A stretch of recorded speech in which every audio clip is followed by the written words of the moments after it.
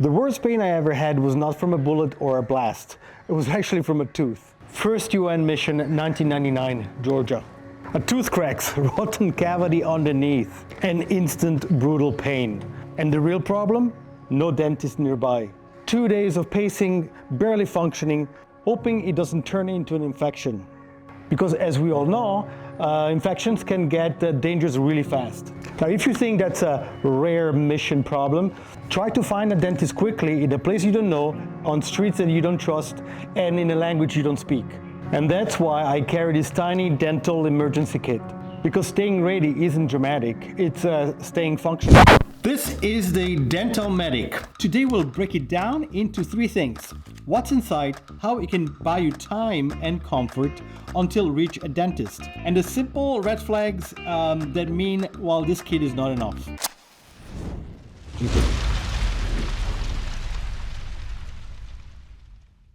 Welcome back to Emergency Made Simple, practical field medicine and security for travelers, humanitarians, UN staff, and security folks who don't have the time for drama or medical jargon. Let's start with why a dental kit even deserves space in your bag. Why a dental kit matters? Dental problems love bad timing. A filling falls out on a long-haul flight.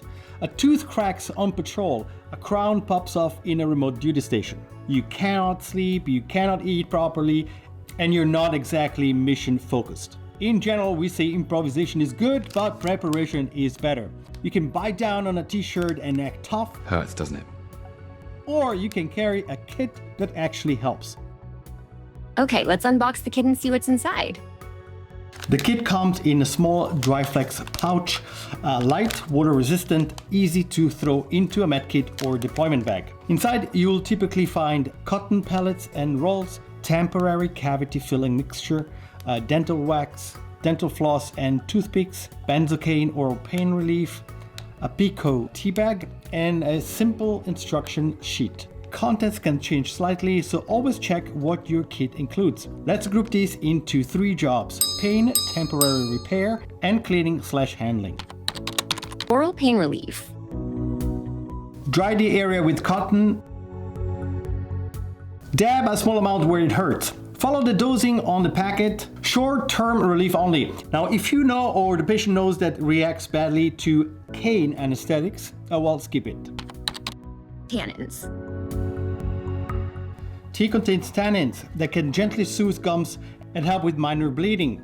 Moisten with clear water, please not too cold or not too hot, and place over the site. Bite down lightly. It will not fix the tooth, but it can make a bad night slightly less awful. Temporary filling material. Rinse and gently clean the tooth. Dry with cotton. Apply the temporary mixture into the hole. Bite down lightly to shape it and let it set. Think of it as a temporary lid to reduce pain and protect the nerve until a dentist can do the real job. Dental wax. For sharp edges, scratching your cheek or tongue. Warm a small bit between clean fingers. Roll it into a ball. Press onto the sharp spot.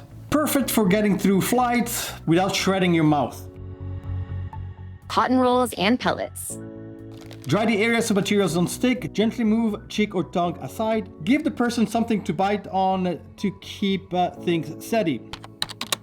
Floss and toothpicks. Floss and toothpicks let you clear trapped food around the painful tooth. Gently adjust or shape the temporary material. Keyword gently. No sawing, no stabbing. We're aiming for comfort and not extra damage. Plastic pouch. If permanent tooth is knocked out by trauma, that's a real dental emergency. The tooth can sometimes be replanted if you act fast and keep it moist. Field priorities. Pick up the crown, not the root. Quick rinse for dirt, don't scrub. Put it in cold milk, a tooth preservation solution, or the patient's saliva. Use the Dental Medic pouch to carry the tooth and liquid with the patient. How about big fragments of a broken tooth? Well, the same idea. Keep them moist and bring them along. Dentists can often reattach them or use them for planning. And remember, airway and bleeding first. Don't go on an Easter egg hunt for a tooth while someone is struggling to breathe. What this kit cannot do.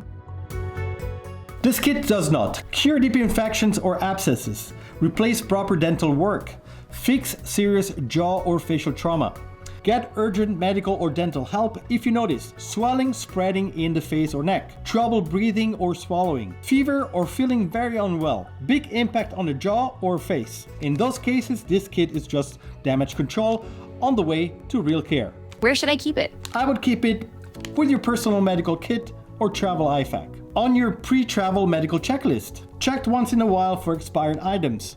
Who should seriously consider to carry one? Long-term travelers and expats, humanitarian and development workers, remote or unstable areas, UN field staff and security personnel, expedition teams, sailor, overlanders, peacekeepers. Use this within your training, follow local regulations, and remember, this is education, not personal medical advice.